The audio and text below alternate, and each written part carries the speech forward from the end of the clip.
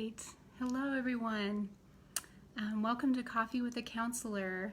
I'm still trying to figure out this Facebook Live, so hopefully I'm doing it correctly. But welcome, everyone, whether you're joining today or maybe you're watching this recorded. My name is Kate Brockman. I'm an early childhood therapist with North Range Behavioral Health. I'm also the coordinator for our early childhood consultation team, where we primarily work in child care centers, with home providers, and with families with young children under the age, typically under the age of 6. So we're working with the real little ones. So I invite you all today to grab some coffee, maybe some tea, and we can talk a little bit about change. We're definitely living in that right now, with transitions and change and things that are pretty unknown and stressful. And so I thought it might be a nice conversation to talk about our young children and how they're experiencing this change potentially.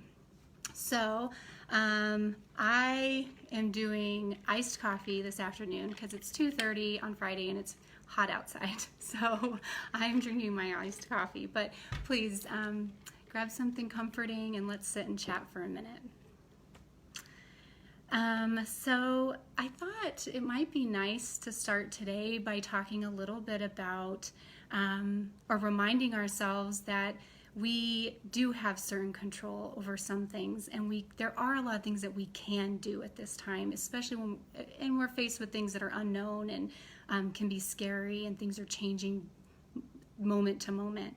But I think it's so important to remember and find comfort in the things that we can do and the things we can find control in, so that our little ones who are watching us and watching our every move can see that sense and can sense the sense of comfort and security and love and safety just by watching us and being with us. And so it's important to remember that our little ones look to adults for guidance when there's stressful things going on. And they're really watching to see how adults react to stressful events.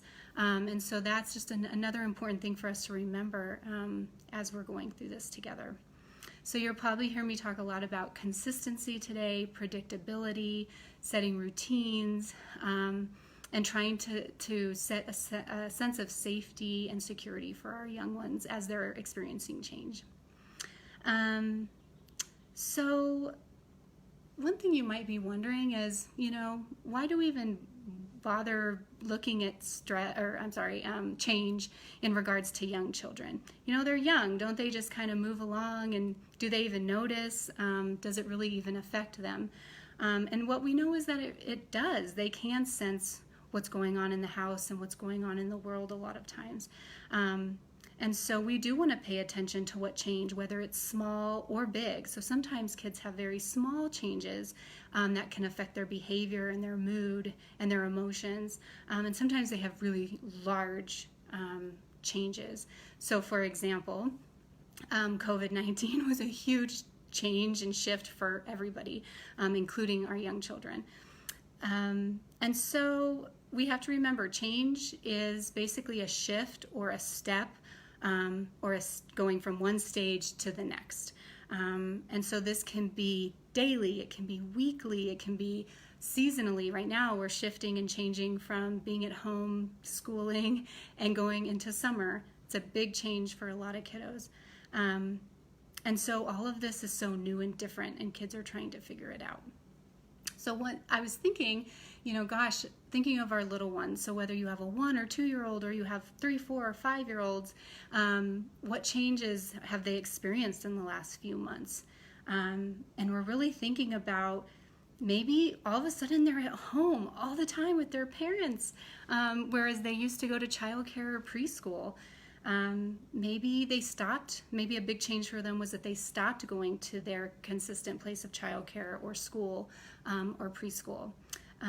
Maybe another change is that their routine has changed. So I know I have 2 young kids at home, and when all of this kind of happened and we were at home, what happened was our routine changed. They went to bed a little bit later. They got up a little bit later. And so their structure of their day definitely changed. Another thing I think kiddos are probably experiencing right now is the change in seeing their parents potentially a lot more often and their siblings. So for kiddos, again, that were maybe going to school or to childcare, now they're home all day, and so their relationships are being impacted because they're seeing each other more.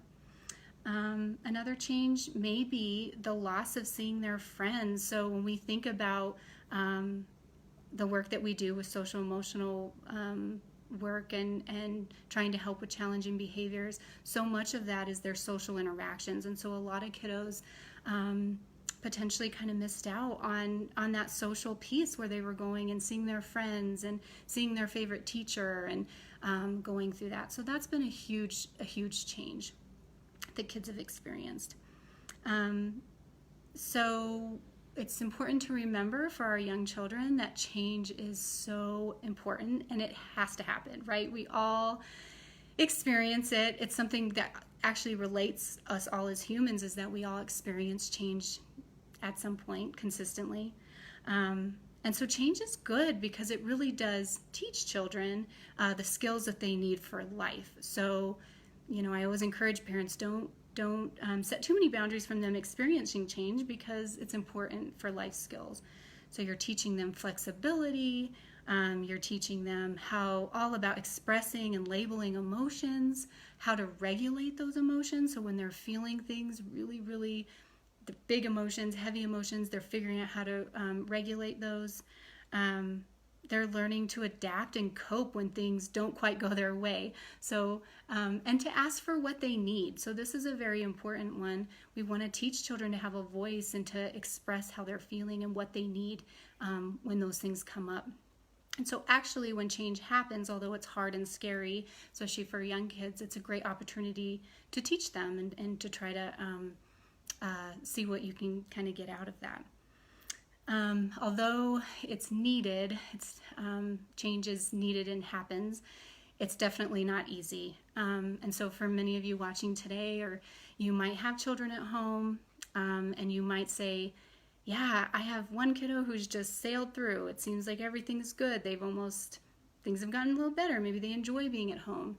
And then there's others who might say, no, my child's really struggled. Like, this has been a really hard change and shift for them. And so we have to remember that all children have different temperaments, right? So we have, some kiddos have very kind of rigid, structured temperaments that make change really hard. And there's other kiddos who are more flexible and what we kind of call easygoing. They go with the flow. And so the difference in temperaments for kids can play a difference when there's changes. The one thing we want to remember is that although children are young and they're newer to this world and to their life, just because they're young doesn't mean they're not impacted by change, and it doesn't mean that they don't understand what's going on. So it's a common misconception that because children are young, infants, 1, 2-year-olds, don't understand what's going on or feel the stress or feel the energy that's happening. They do, and they can, and they hold it in their bodies a lot of times. And so, again, another reason that as adults we're taking care of ourselves and paying attention to that. So some of you might be saying, okay, well, so we need to be watching out for change. What might I see from a young child? What might come out? What do I need to watch for? In times of change, especially again, so if any of you are childcare providers or teachers or a parent and you're saying, I'm kind of keeping my eye out, watching for things, the first thing you might see is an increase in challenging behaviors. And this can range from more annoying, what I call annoying behaviors, right? Like stalling, not doing what you ask maybe as quickly as you would like them to do. Whining is a very big one for young children. And then it can range all the way to more upsetting behaviors. So something like big tantrums, big meltdowns, and more aggressive behaviors. And so you might be seeing more of this, or you might just see them at like a higher level. And so one thing to remember is that all behavior has meaning. Never disregard. You kind of want to pay attention and say, okay, what is this child trying to tell me through this behavior or through this action? Another thing that you might see from young kids is what I call a roller coaster of emotion. So maybe 1 minute they're really happy and they're easygoing and things seem fine, and the next minute they're screaming and crying and angry or sad and saying they miss their mom. So kind of this rapid change of emotion. And then the difficulty regulating their emotions. So being able to calm down, maybe like they used to, that, they might sit in that emotion a little longer. So if you work with young kids, you know that this is typical of any young child, right? This is regardless of change. But if change is happening, these are things you're going to see that are a little bit bigger, and you got to kind of prepare yourself with how you're going to respond to that. Another thing you might see when change is happening for young kids is regression. So for young kids, maybe they've passed a developmental stage and then all of a sudden they're right back in it. So they're wanting their sippy cup again. Maybe they want a bottle. Maybe they're putting their hands in their mouth or sucking their thumb. Maybe potty training has regressed. Maybe they're wetting the bed at night. If you're noticing these things, just be mindful that maybe this is due to some of the change that's happened. And another really big one that we see when change happens, again, big or small change, is there may be more clinginess or neediness, right? So following you around the house, literally feeling like they're attached to your leg or wanting to be held, or maybe difficulty separating. So again, for you providers out there or teachers, you might see a lot of kiddos having a lot more trouble getting dropped off in the mornings and separating from their parent. So what kiddos are really telling us, again, all behavior has meaning, is that there's reassurance needed, right? There's this kind of, there's this need for safety and trust, like, I need more reassurance. I need to know that things are okay. So basically through all of this, the key when we're working with young kids is being sensitive and patient, which can be very hard when we ourselves are stressed and overwhelmed. This can be one of the hardest things to do, is to be patient and sensitive. It's an important thing to remember is that as adults, we have context to what's happening in our life usually. And we have a little bit of control. Like I can decide how much news I want to watch or how much social media, what's going on in the world, whereas kids really don't. They're kind of taking in information as it's in front of them. And so it's important to remember that we have context and little ones don't. And so things can get really big and overwhelming very fast for them. So we know this. So we know that those are some of the things you might be seeing from young kids. The question is, so what do we do? What are some things that we can do to help these young ones? So the first thing that I think is important to talk about is allowing time to grieve. So some of you are probably thinking, wait, I thought we were talking about little ones, and what does that really mean? And what I mean by that is not just for our children, but for us to grieve a little bit, or at least acknowledge the loss and the things that have happened. And this can be maybe a loss on the bigger scale of a job or some financial things, or maybe just the loss of like going to work every day and having a certain routine that you preferred or liked, and the emotions that come along with that. So young children, even our infants and our toddlers and preschoolers, are experiencing that too, right? They're home, things are very different, their schedules again and routines are different. And there's this, and when they go back to childcare or school, there's going to be a loss of what was as well when they were home with their parents.